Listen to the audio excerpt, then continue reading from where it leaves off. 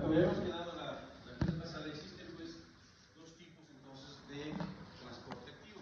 El primario, que es su representante principal en la bolsa de potasio, y el secundario, que habíamos dicho que no es otra cosa que aquel transporte que aprovecha la energía que se utiliza el primario para poder funcionar. ¿Sí?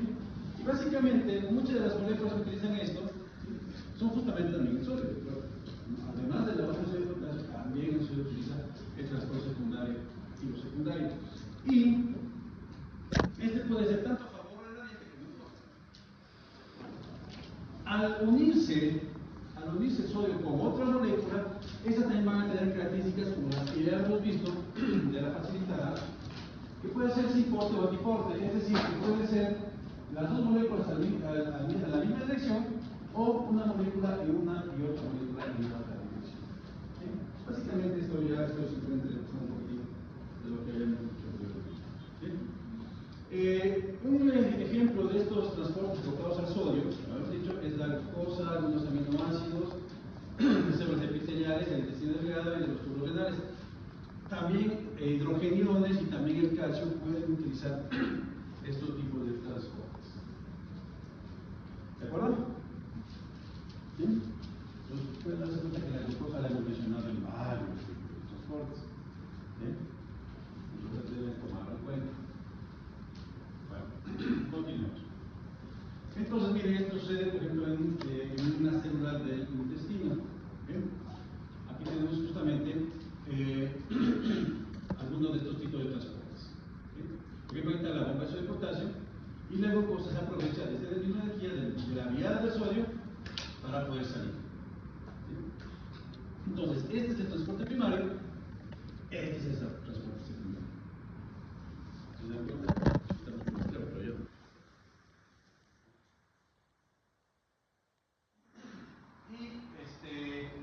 Puede estar a favor de una gradiente concentración, la glucosa está más concentrada en la célula y esta puede salir, ¿sí? Como se indica en esta flecha. ¿Sí está claro? Bien. Continuemos. Aquí tenemos otro ejemplo, este es un cambio del riñón. El riñón es característico de la bomba de sodio y potasio, característico. Y también van a haber entonces transporte secundario que se aprovecha, que está acá, ¿no? En este caso, el único transporte donde el sodio entra para poder salir por la bomba de sodio y potasio, y la glucosa en cambio va hacia el otro, este sería, hacia el mismo sentido ambas, y utilizando la glucosa otro tipo de transporte aparte y la bomba de sodio y potasio. Es decir, el secundario es acá. ¿De acuerdo?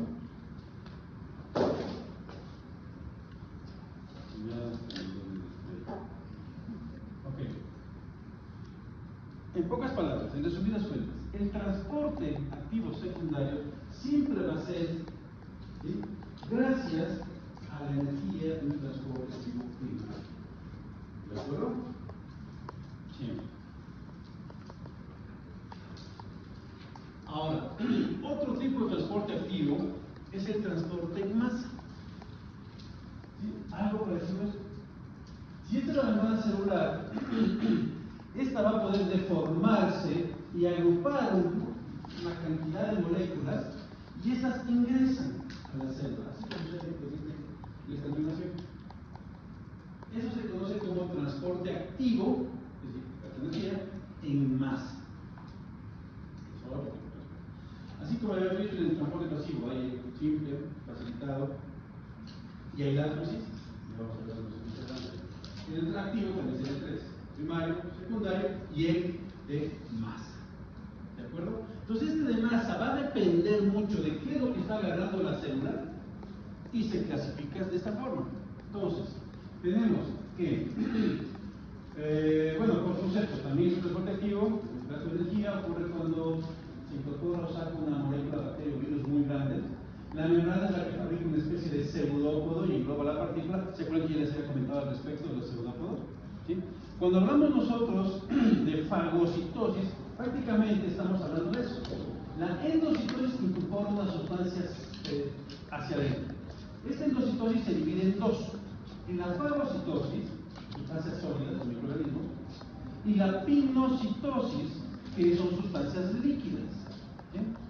En cambio, lo contrario a la endocitosis es la exocitosis, que es en cambio cuando hay salida de sustancia. Otra vez, ¿es en serio? No, hombre. No, hombre. Bueno, ya se vuelve más barato. Ramiro. León. Ramiro, ¿puedes poner el anterior diapositiva? Pero el anterior es una... Ah, Sí. Entonces, por ejemplo, ¿esto sería qué? ¿Una fagocitosis o una pinocitosis? Fagocitosis porque son sólidos, ¿no es cierto? En cambio, si esto fuese solamente moléculas de agua, líquido, esto sería una pinocitosis. Ambas, fagocitosis y pinocitosis, son endocitosis. En cambio, esta, ¿qué sería? Exocitosis. Ahora, molecularmente hablando, es bien complejo esta funcionalidad, ¿sí? No sé en qué materia la puedan ver, a lo mejor en biología molecular, porque molecularmente es bien complejo. Se tiene que hacer kits, así como los carros que cambian las llantas y demás, se tiene que hacer tiene que transformarse el exoesqueleto del citoplasma, el citoesqueleto del citoplasma tiene que activarse proteínas que las mencionaremos cuando hablemos del sistema muscular, como la actina y la miosina, para poder hacer esto. Tiene que reconocerse en la membrana esta sustancia, tiene que reconocer esta sustancia y activar un mecanismo para deformar la membrana y poder abrazar. ¿Sí? Es bien complejo el proceso, no es tan fácil. Miren, está tranquilamente en la membrana, llega una sustancia y esta tiene que provocar cambios en la misma para poder englobar. Miren que nunca deja de ser una doble capa fosfolipídica. Eso favorece justamente la formación de esta doble capa de membrana, no doble membrana celular aquí. ¿Por qué? Porque cuando engloba, los dos extremos tienen que unirse fácilmente. Acuérdense de las uniones covalentes, no covalentes, y las fuerzas de banda, todo eso que ya hemos estado viendo. ¿Sí? Todo eso tiene que actuar aquí. Entonces, es bien complejo. Y así unirse. Y esta, llegar hasta el lisosoma, que es otro organelo dentro de la célula. ¿Estás llorando? Ay, te estimaste una figura. Llega al lisosoma y se transforma en lo que se conoce como fagolisosoma. Es decir, que se une lo que se fagocitó al lisosoma para que éste pueda liberar las enzimas y destruir este cuerpo extraño. ¿Cómo se libera? Porque tienen que unirse estas membranas. Les digo, es bien complejo. ¿Sí? Es bien complejo. Ese es el sistema de fagocitación. No sé si lo ven. No lo sé. Antes lo veíamos. No es motivo, no es tema de fisiología, porque eso no llega a esa alegría. Entonces, entra por la membrana, no rompe la membrana, básicamente es como que hace un mismo Pseudópodo. Luego Se une y se divide en dos. Entonces este puede ingresar, se separa. Está cubierto por la membrana. Y una vez adentro va donde el lisosoma y se unen también con una capa similar, por eso puede formar esta misma capa, ¿sí? Por procesos moleculares, como les digo, complejos, y el lisosoma libera enzimas, proteasas, lipasas, de todo, y destruye. ¿Sí? ¿Y qué decir? El cuerpo extraño que acaba de entrar. Fago es comer. ¿Y ahorita entonces vuelve a salir? No, este es simplemente para explicar en cambio cómo es el exocitosis. Pero sería endocitosis. Ahí se destruye. Esto puede ser, estas sustancias pueden ser parte de procesos metabólicos de la propia célula, ¿sí? O pueden ser eliminadas, efectivamente. ¿Cómo son eliminadas? Por descarte, justamente por exocitosis. Entonces esta tiene que se transforma en una vesícula. Esta vesícula, por ejemplo, muchos neurotransmisores, ya lo vamos a ver en el sistema nervioso, son liberados de esta forma. Aquí adentro estaría un neurotransmisor, tiene que llegar a la membrana, bajo estímulos específicos, tiene que unirse esta membrana con estas y se libera. Y luego la membrana queda como tal. Esto, créanme, es el resumen de al menos un semestre posgrado. Porque es un proceso bastante, hacen unas redesillas de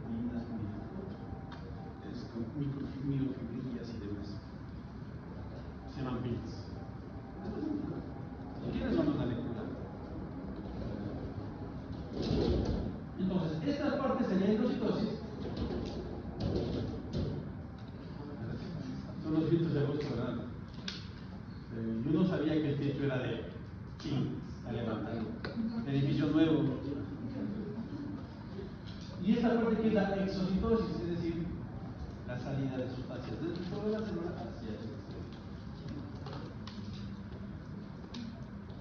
¿Sí está claro? ¿Alguna pregunta al respecto? ¿No? Continuamos. No estoy tapando acá, ¿no? Sí, también. Entonces, en resumidas cuentas, voy a hacer un resumen de estas tres últimas clases. Tenemos un transporte pasivo simple, sin gasto de energía, a favor de la dieta y el empleo. ¿Sí? Pasivo facilitado, sin gasto de energía, a favor de la dieta, que está transportado de proteínas pequeñas moleculares, sobre todo se lleva el y el activo, gasto de energía en contra de gradientes o de potasio de la bolsa de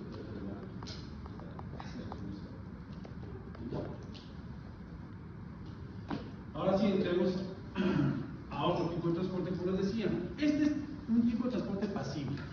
No hay tanto gasto de energía. ¿Por qué? Porque aquí actúan presiones. ¿Sí? Difusión de agua a través de una membrana semipermeable. El movimiento de agua cubre desde el lado de menor concentración de soluto al lado que contiene mayor concentración. ¿Sí? Porque es el agua que pasa.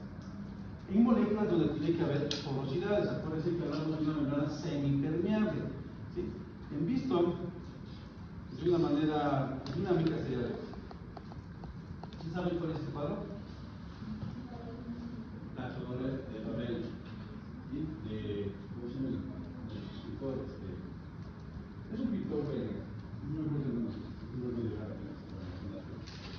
Pero me sirve para indicar, miren, digamos que esta es la membrana del tejido mamario, ¿ya? Y ahí tienen un montón de agujeritos, ¿sí ven las bolitas?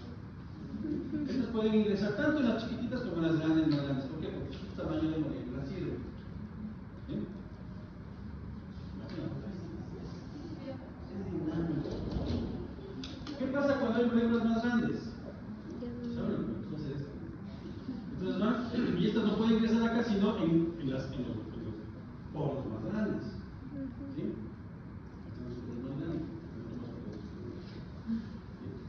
Pero ¿qué pasaría con moléculas mucho más grandes todavía? Estas definitivamente no pasan.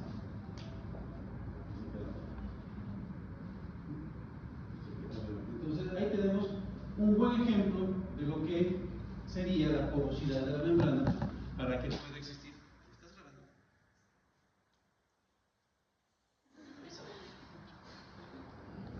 No quiero ver eso en redes. Entonces todo eso se va, tiene que moverse ahí. Muy tarde, ya están en redes. Ya está. ¿Pareció? Chévere. ¿Ok? Bien, continuamos.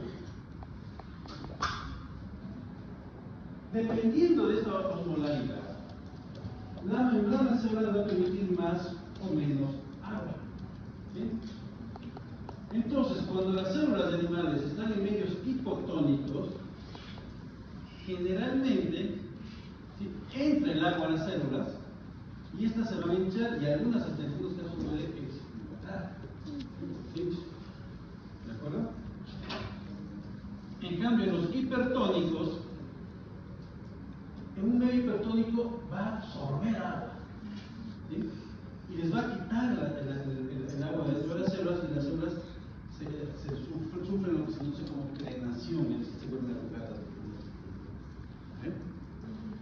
Esto es lo importante que ustedes deben tomar en cuenta cuando hacen una fisioterapia, fluidoterapia. ¿Sí? Pues ustedes deben saber qué tipo de suero va a colocar al paciente, porque dependiendo si son hiper o hipotónicos, ustedes pueden colocar este daño en los glóbulos rojos. Miren. Cuando es isotónico, el glóbulo rojo se mantiene su estructura. Cuando es hipertónico, miren, sale agua hacia el medio. Y cuando es hipotónico, se hincha, se engloba. Puede provocar hemólisis. ¿Sí? Por el rompimiento del glóbulos rojos. Entonces, cuando ustedes hacen, y esto sucede en muchas células, solamente es un ejemplo del glóbulo rojo, ¿no? Esto sucede en muchísimos tipos de células. Es más, no solamente sucede en animales, también sucede en plantas. Aquí está, como cuando es isotónico, pues mantiene su estructura, cuando es hipotónico se vuelven a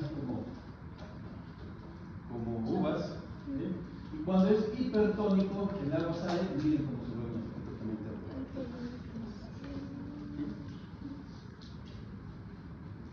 Ahora ya se imaginan por qué no es bueno tomar agua del mar. La tonicidad de esa agua, por la cantidad de sales que tiene, nos va a cambiar la tonicidad interna. Y el alcohol también afectaría, ¿verdad? ¿Y el qué, perdón? El alcohol. El alcohol también afectaría, porque creen que los chuchaquis tienen sed, tienen ganas de cosas saladas, tienen ganas de cosas con limoncito, ¿sí? Porque está sucediendo esto en el organismo. Para algunos al menos ya hay muchos borrachófilos en el torrente alcohólico, pero bueno, ya se han adaptado mucho. Algunos alertas, pero no, me están filmando. No. Ok. Entonces,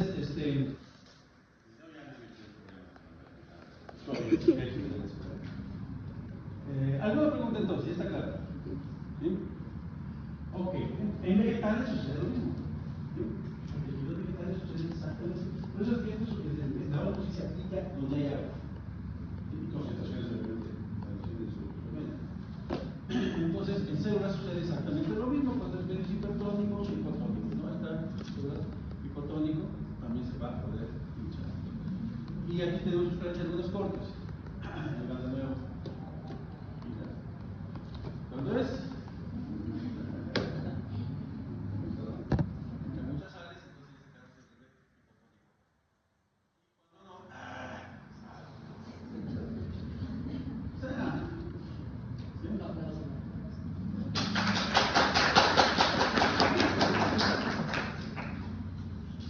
entonces, dependiendo de la cantidad de aguas y la combinación de solventes, eso es importante.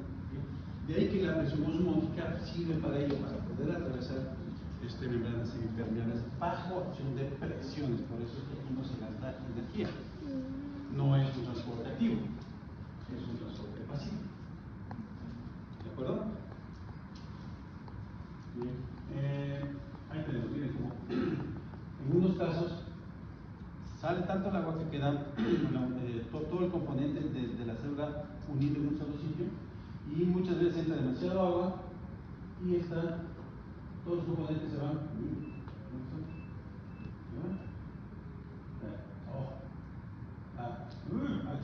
Todos los componentes que se van hacia la superficie del agua. ¿Sí? Entonces, la hipo o hipertonicidad del medio provoca la salida o ingreso de agua en la célula. Cuando vean ustedes, porque claro, la lógica ahorita, todo lo que acabo de decir, la lógica de ustedes va a ser, entonces siempre vamos a poner isotónico. No. ¿Por qué? Porque dependiendo del estado patológico del animal, del individuo, del paciente, va a requerir hipo o hiper. ¿Cómo qué caso? Anemia. Hemorragia. Son dos casos que dan el mismo signo, pero son completamente distintos. ¿Sí? El tipo de anemia, el tipo de hemorragia. ¿Sí? Edema, ya habíamos hablado del edema, cuando hay un incremento de volumen de líquidos extracelulares. Claro, exactamente. No deberías dar sales, tendrías que diluir las sales, tendrías que dar entonces más líquido. ¿Cuál sería ahí? Pero una pregunta. No, qué buena pregunta para el examen. Pónganlo ahí pendiente, a lo mejor hay sorpresas. Bueno, ¿alguna pregunta? ¿Alguna pregunta sobre este tema? Entonces, con eso hemos terminado lo que es el primer capítulo de la materia. Vamos a ingresar al segundo, si no hay preguntas. ¿Hay preguntas al respecto?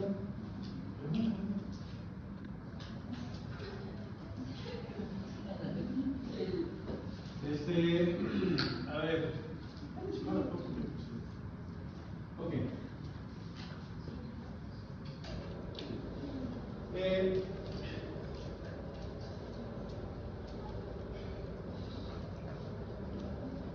El siguiente capítulo es homeostasis. La homeostasis no es otra cosa, como ya lo he leído, ya he dado algunos spoilers durante la clase, no es otra cosa que mecanismos para mantener equilibrios orgánicos. Ustedes se van a dar cuenta, toda la carrera, como la salud no es otra cosa, perdón, la enfermedad no es otra cosa que un desequilibrio. Por lo tanto, la salud, como concepto de salud fisiológica, son equilibrios.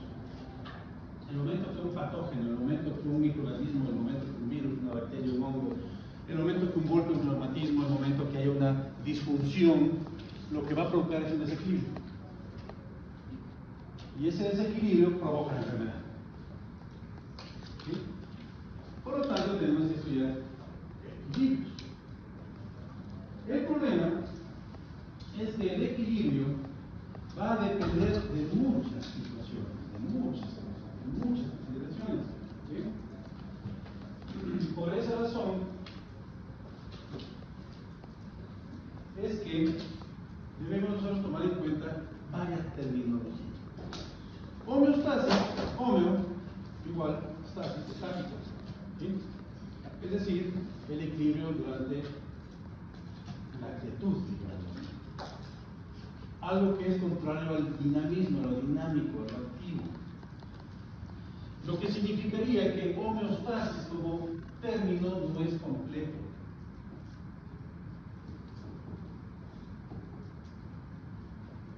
No es completo. Porque por término, etimológicamente, no sería otra cosa que la igualdad.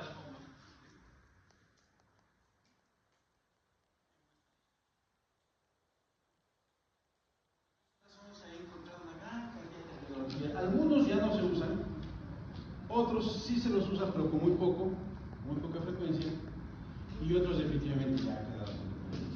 De todas maneras, tenemos que analizarlos por si por ahí encuentran literatura antigua y nos digan, esto es amigos de mío. Vamos a mencionarlos. ¿Por qué? Porque existen procesos fisiológicos que son, por ejemplo, temporales, que solo funcionan en diferentes momentos. Por ejemplo, aquellas especies estacionales. No es lo mismo un oso, ¿sí? Que inverna en el invierno a la misma especie en primavera y verano. Su proceso fisiológico, su estado fisiológico es completamente distinto. Eso significa que sus procesos homeostáticos tienen que variar para mantenerse sanos.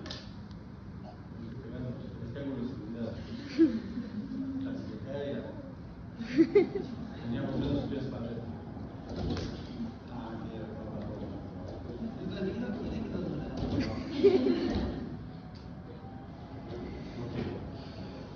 Homeostasis, entonces, a pesar de que todo el proceso de equilibrios, no importa en qué momento estemos, se utiliza, etimológicamente no está completo.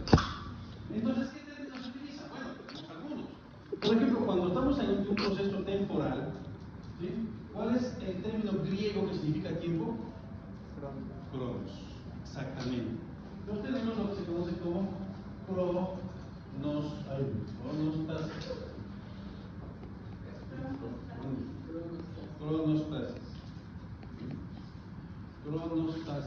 Cronostasis son todos aquellos procesos que mantienen equilibrio de forma temporal. Por ejemplo, aunque sí, esto lo volveremos a mencionar más adelante con más detalle, pero esto lo voy a mencionar de manera rápida. Existen algunos ciclos, ¿sí? Que son temporales. Y dependiendo de cuánto dura, lleva también un nombre. Por ejemplo, tenemos el ciclo, el más famoso, circadiano.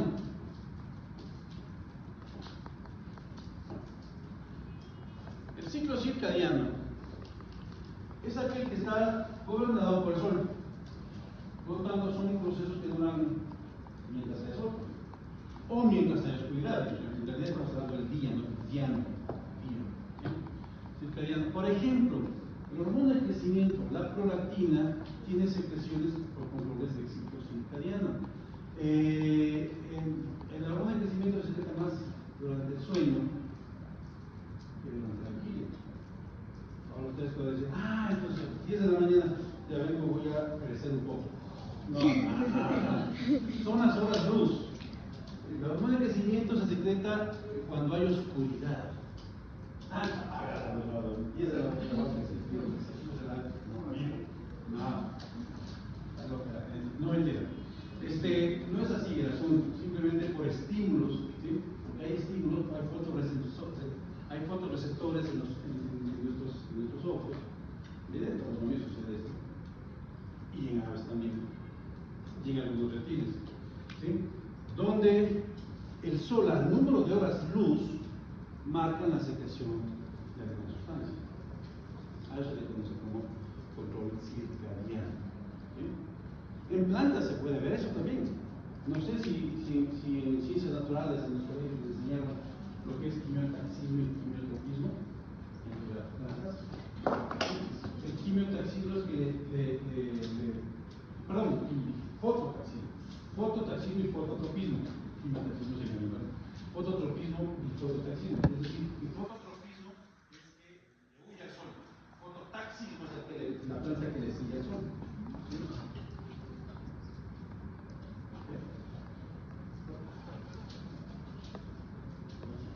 ¿Lo observaste? ¿Confirmaste eso? Muy bien. Ya chiquitines, yo las... Entonces, existen ese tipo de fenómenos marcados por el sol. Entonces, en el organismo existe eso. ¿Sí? Entonces, no es, insisto, no es, el doctor dijo que el sueño, como se llama el envejecimiento, mamita, me despiertes a las 10 de la mañana, no importa, voy a crecer. No. ¿Sí? Es por eso. Y lo contrario, no lo contrario, es otra forma, otro ciclo, es el circalunar.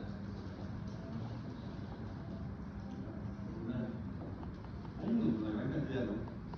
El circa lunar, marcado por el calendario de la luna. ¿Sí? Aunque hay mucha gente que no cree en ello, en plantas esto es muy importante.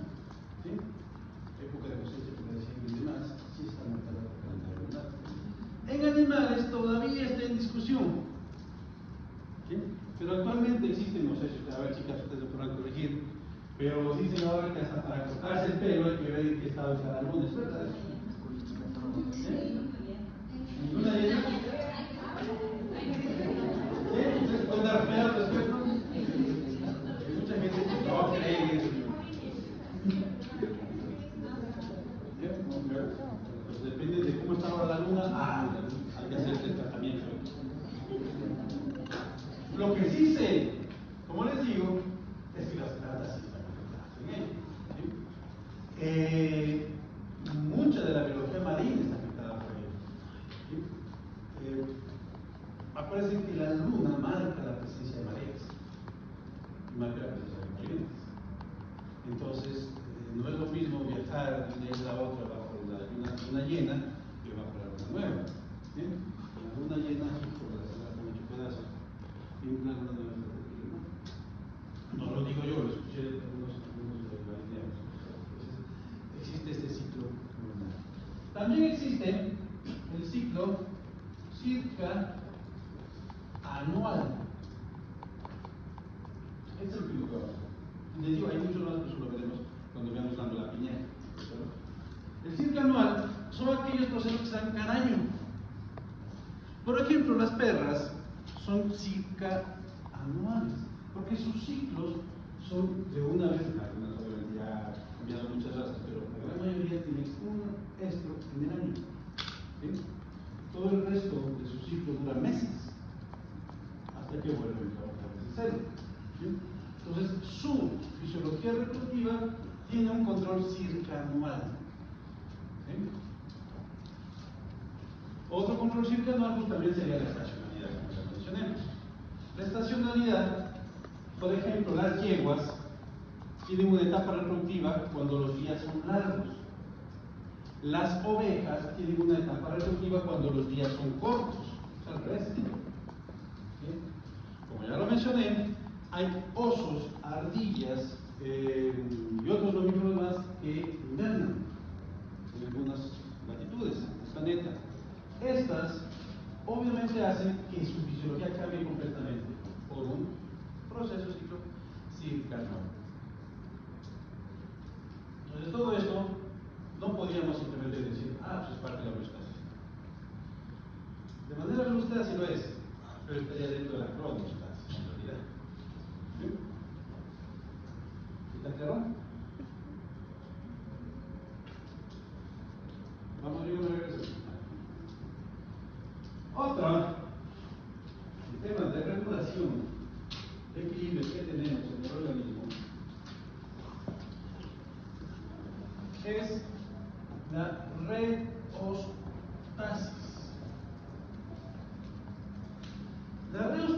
es un término que ya no se utiliza, pero existía en sus inicios, se estudiaba mucho en los homeostasis, y era el término que se aplicaba a los equilibrios en movimiento, en dinámica.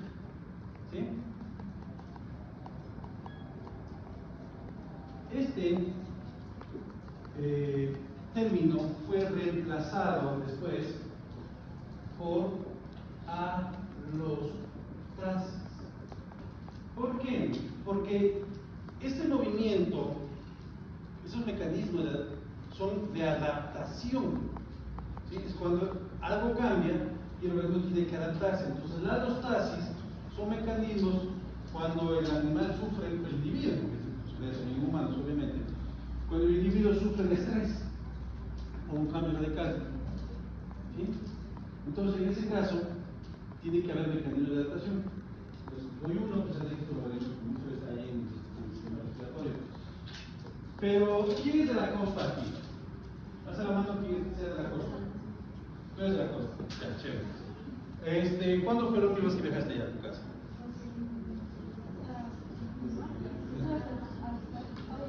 Agosto. ¿Qué día de agosto regresaste? O sea, hace 9 días. Ya, chévere. En 9 días, su organismo sufrió un proceso de alostasis. ¿Saben cuál fue? Que tuvo que adaptarse a una disminución de las concentraciones de oxígeno en el ambiente, en la atmósfera. A nivel del mar,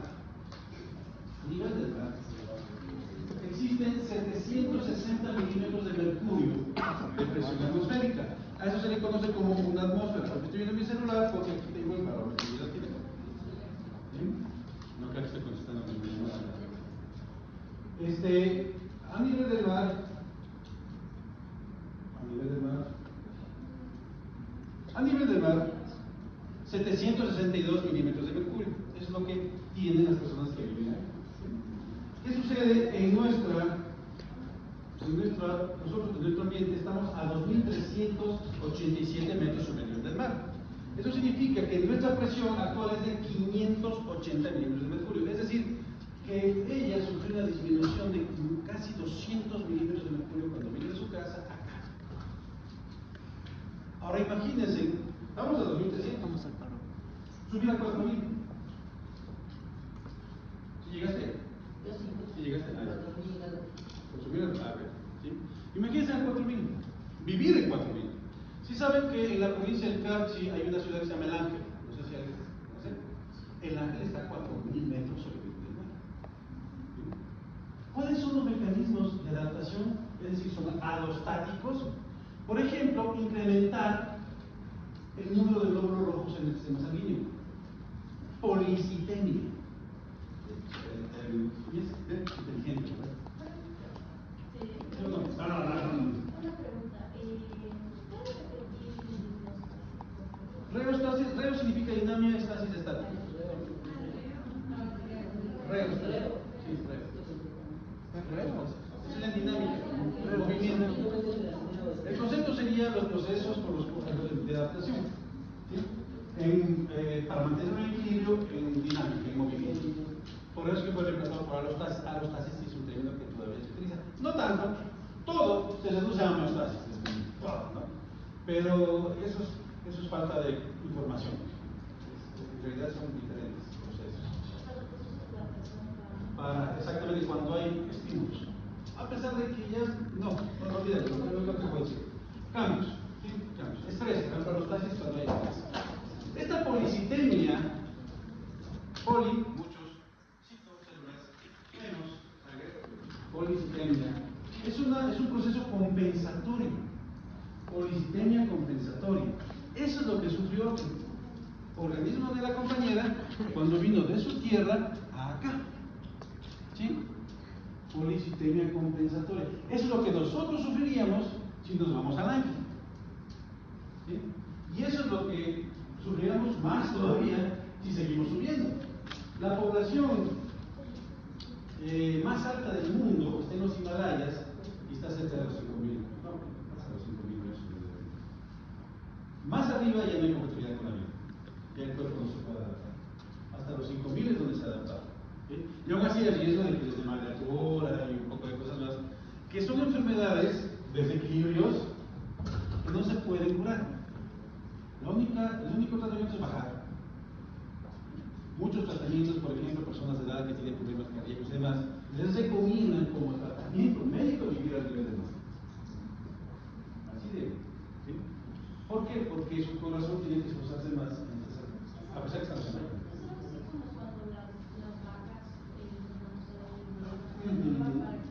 para que se adapten, y si es que se les pasa algo de una vez les da el cuello, porque saben que no van a vivir. Exactamente, así es. Exactamente. Entonces, este es un proceso fisiológico. Por eso es que nos podemos mover. Ir a valles. El mar muerto está por debajo del nivel del mar, por ejemplo. No está en el, está por abajo del nivel del mar. Y nos podemos ir a grandes alturas. Claro, como les digo, podemos solamente estar en grandes. El Everest está a 8.880 metros sobre el nivel del mar. No podemos vivir ahí. Nadie puede comprarse una casa en la punta del Everest porque no puede dejarse a esa altura. Solo pueden estar máximo una hora y luego va a tener que bajar. ¿Sí? Los andinistas utilizan muchos tratamientos dentro de su mochila. Van llevando, por ejemplo, corticoides que son broncodilatadores. Eso les facilita respirar mejor. ¿Sí? ¿Sí, check? Puede respirar mejor.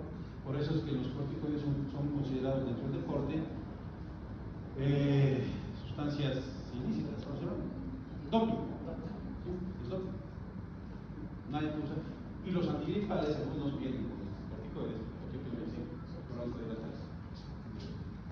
Y esa es la alostasis, es el deporte de alostasis. ¿Sí? Un movimiento. Pero hay otro, y ese sí me voy a tomar más minutos todavía porque es importante analizarlo. ¿Sí? Y cuando se estudió, lo consideraban una especie de antítesis de la homeostasis. ¿Sí? ¿Y saben lo que es antítesis? Algo contrario, una paradoja. Pero sigue siendo procesos fisiológicos. Y es la homeoresis.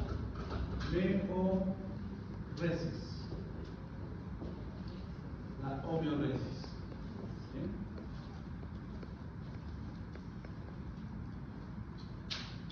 La homeoresis es otro tipo de cosa. Hay mucha gente que la confunde con la alostasis. ¿Sí? Pero la homeoresis son procesos en los cuales hay un desequilibrio para poder hacer una función. ¿Sí? El crecimiento, porque cuando ustedes nacieron eran de este tamañito, ya no están grandes.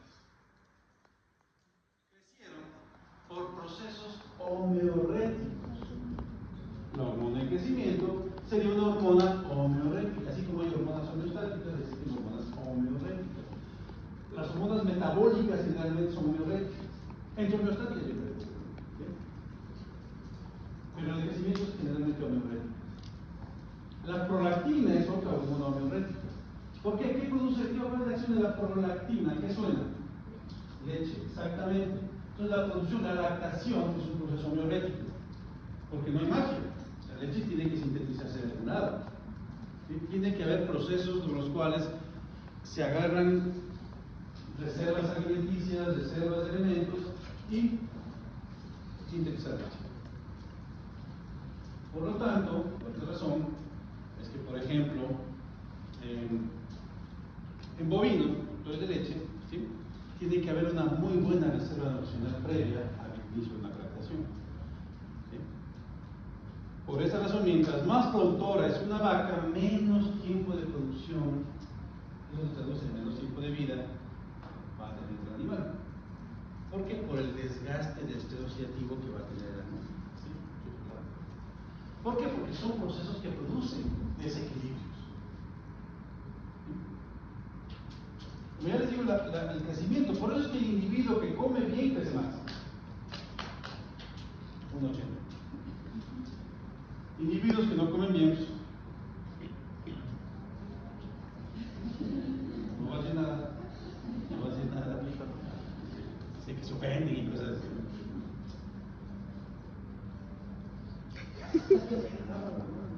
Él me agarró a mí. Va a tener que separar esa pareja.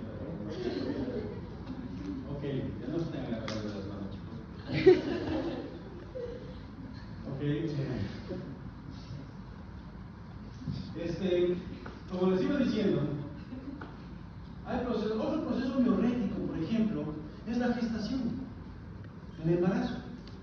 ¿Sí? ¿Por qué? Porque nuevamente la cría no van a nacer de la nada, tiene que tomar las reservas de la mamá. ¿Sí? Y la mamá está genéticamente preparada, en todos los mamíferos sucede, bueno, en realidad sucede en todos los animales hay parto, ¿sí? En todos. Está genéticamente preparada para darle a la cría lo que necesita mientras va naciendo, va creciendo. Ni siquiera los marsupiales se salvan de ella. Porque en el marsupio, que es donde se incuba la cría, ¿sí? Tienes que recibir todo lo que esa cría requiere para que siga creciendo. Generalmente en los mamíferos, en general la cosa el último tercio de la gestación es el crecimiento del feto. Es ahí donde más va a absorber reservas de la mamá. ¿Sí? Y no hay ningún parásito. Simplemente que así son los procesos de gestación. Son procesos homeorréticos. Homeoresis. ¿Sí? Si una madre no está preparada para la gestación, no debería quedar gestando. Por esa razón es que en especies productoras, por ejemplo, se tiene que atender muy bien a aquellos animales que van a entrar en forma reproductivo.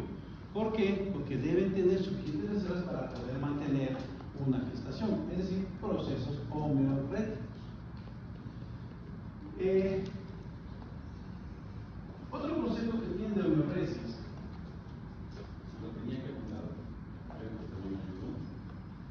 ¿Sí?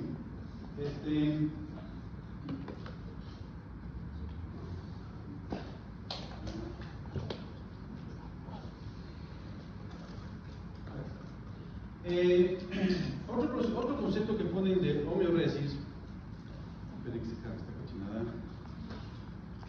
ya, es que la homeoresis describe la tendencia de un sistema biológico a volver a una trayectoria funcional, ¿sí? Tras la perturbación o desastre. Esto me pareció súper interesante. Por ejemplo, en un accidente un individuo pierde una pierna. Eso es obviamente un cambio funcional, conformacional del organismo, completa y absolutamente. Entonces, ¿qué tiene que sufrir el organismo? Tiene que adaptarse. ¿Sí? Tiene que volver a su trayectoria de funcionamiento normal a pesar de que ya le falta un miembro. Estoy dando el ejemplo de la amputación de una pierna, ¿no es cierto? En muchas ocasiones se ha reportado individuos, justamente como en el caso de la amputación, que todavía sienten la pierna. ¿Sí? Está ahí. Es más, sienten comezón. No saben qué rascarse, no me dicen que comenzó que la desesperación no puede rascar porque no hay donde rascarse. ¿Sí? Y es que justamente el organismo tiene una especie de memoria, ¿sí? Que no olvida lo que estuvo, donde lo estuvo. ¿Sí? Y la adaptación se da por procesos homeorréticos. Un ciego se vuelve mucho mejor oyente, mucho mejor sensible, ¿sí?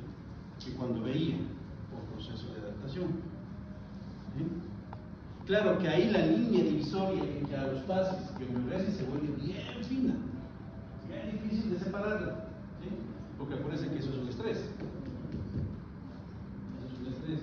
Entonces ahí se vuelve un poco más fina, pero de todas maneras sigue siendo parte de los procesos de adaptación, ¿sí? Desequilibrio que existe en el organismo. ¿Hasta qué hora es? Sí. Ok, entonces el asunto aquí es poder entender todos los procesos que podemos tener nosotros dentro del organismo para mantener equilibrios y aunque existan desequilibrios, seguir siendo funcionalmente saludables, funcionalmente normales, funcionalmente correctos, digamos. ¿Sí? Todos los procesos, obviamente tenemos que analizar algunos de los más importantes. Pero hasta aquí por conceptos, ¿está claro? ¿Hay alguna pregunta? ¿No? ¿Está claro? ¿Seguros? Está grabado esto. ¿Sí? Si no hay preguntas, ok. Entonces, uno de los procesos que vamos a tener que analizar es la... A ver.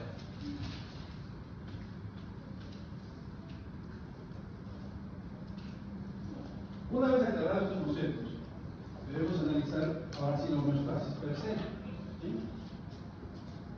Cuando hablamos de homeostasis hablamos de igualdad, de equilibrio, perdón, de equilibrio. Y el equilibrio no siempre es igualdad, habíamos dicho eso, ¿verdad?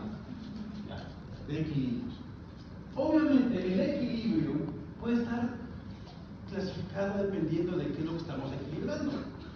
Por ejemplo, un equilibrio muy lógico, y ya lo hemos analizado con el asunto de la membrana, por ejemplo, es el equilibrio iónico. Se le conoce como equilibrio iso-iónico. ¿Sí? Otro equilibrio muy obvio también cuando hablamos nosotros de membrana es el isovolumétrico. ¿A qué suena este? A líquidos. A líquidos. ¿Sí? Y el otro, isobarométrico. ¿A qué suena? ¿Ah? Presiones, exactamente. Entonces, básicamente ahí tenemos los tres equilibrios más importantes que existen dentro de la homeostasis. ¿Sí? A ver si está clarito. Yo soy yo. Ella misma lee y pregunta. Y soy iónico. ¿Sí? ¿Ya hicieron el grupo chat? ¿Sí estoy? Sí. Vale. Ya lo voy a ver. Bueno, obviamente tenemos que analizar algunos. Dentro de estos, ¿sí? A ver, mejor dicho, estos no son exclusivos ni excluyentes. Es decir, que los mecanismos que funcionan aquí pueden funcionar también acá y pueden funcionar acá. Es más, este y este están estrechamente relacionados, porque ya habíamos dicho que la ósmosis, por ejemplo, ¿sí? Está basada en las concentraciones, en las referencias, en la relación soluto-solvente dentro de una membrana, no dentro, sino de una membrana semipermeable, ¿no es cierto? Entonces, cuando hablamos de ello, estamos hablando de que podemos tener mecanismos similares para mantener concentraciones de líquido y presiones de forma equilibrada. Ahora ustedes pueden decir, entonces, si está separado el iónico, no, porque los iones pueden ser justamente los solutos, ¿sí? Que van a estar disueltos en un solvente, y por lo tanto también pueden estar incidiendo en lo que. Por esa razón, estos tres no son exclusivos ni excluyentes, es decir, que no son únicos y tampoco lo que funciona aquí no va a funcionar en los demás, no, puede funcionar en todos.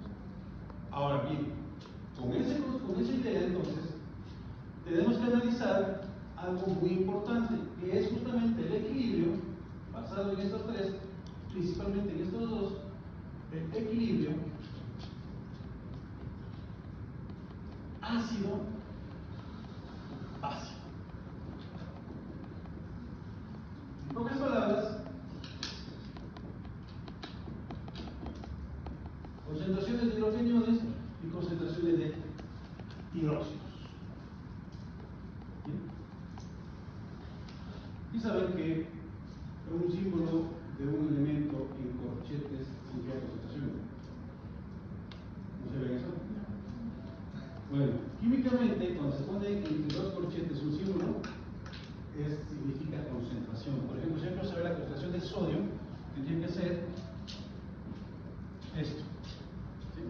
Concentración del calcio, en lugar de NaCl, con dos más. Y así.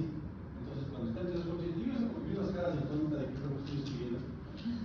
Única, eso significa concentraciones. Se van a dar cuenta que en este equilibrio participan una gran cantidad de procesos fisiológicos, ¿sí? Que van a hacer que ni las concentraciones de hidrogeniones ni las concentraciones de hidroxilos sean mayores o menores a lo que requiere el funcionamiento. Por eso es que es una homeostasis. También se le conoce como homeostasis ácido básica, porque en realidad ya van a darse cuenta que esto no tiene para nada igualdad. ¿Sí? Para nada. Ya más adelante en nutrición, por ejemplo, van a ustedes saber que la relación calcio-fósforo tampoco es igual. ¿sí? Y lo que pasa al uno le sucede al otro también. Pero la relación es 3-1, por ejemplo. En este caso la relación tampoco es igual, pero ya vamos a ver cuál es la relación. Entonces, para esto, tenemos que analizar el funcionamiento pulmonar y el funcionamiento renal. ¿Sí? Para esto también tenemos que tomar en cuenta que cuando hablamos nosotros de porcentaje de los geniones, hablamos de los ácidos, y cuando hablamos del porcentaje, concentración de hidróxidos, hablamos de las bases. ¿Sí? Entonces, cuando alguien dice, es que esta cosa me da mi acidez, es porque hay un cambio en el equilibrio ácido-base. ¿Sí? Y el órgano tiene que hacer procesos para regular eso, debemos de equilibrar. ¿Sí? ¿Está? ¿Sí está claro todos los conceptos? Con eso tenemos que pasar a la próxima clase. ¿Alguna pregunta hasta aquí? ¿No? ¿Está todo claro?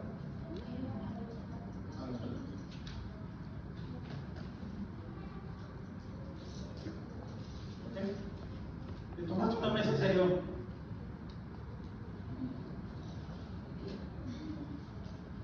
Ahora sí. ¿Dentro del autor?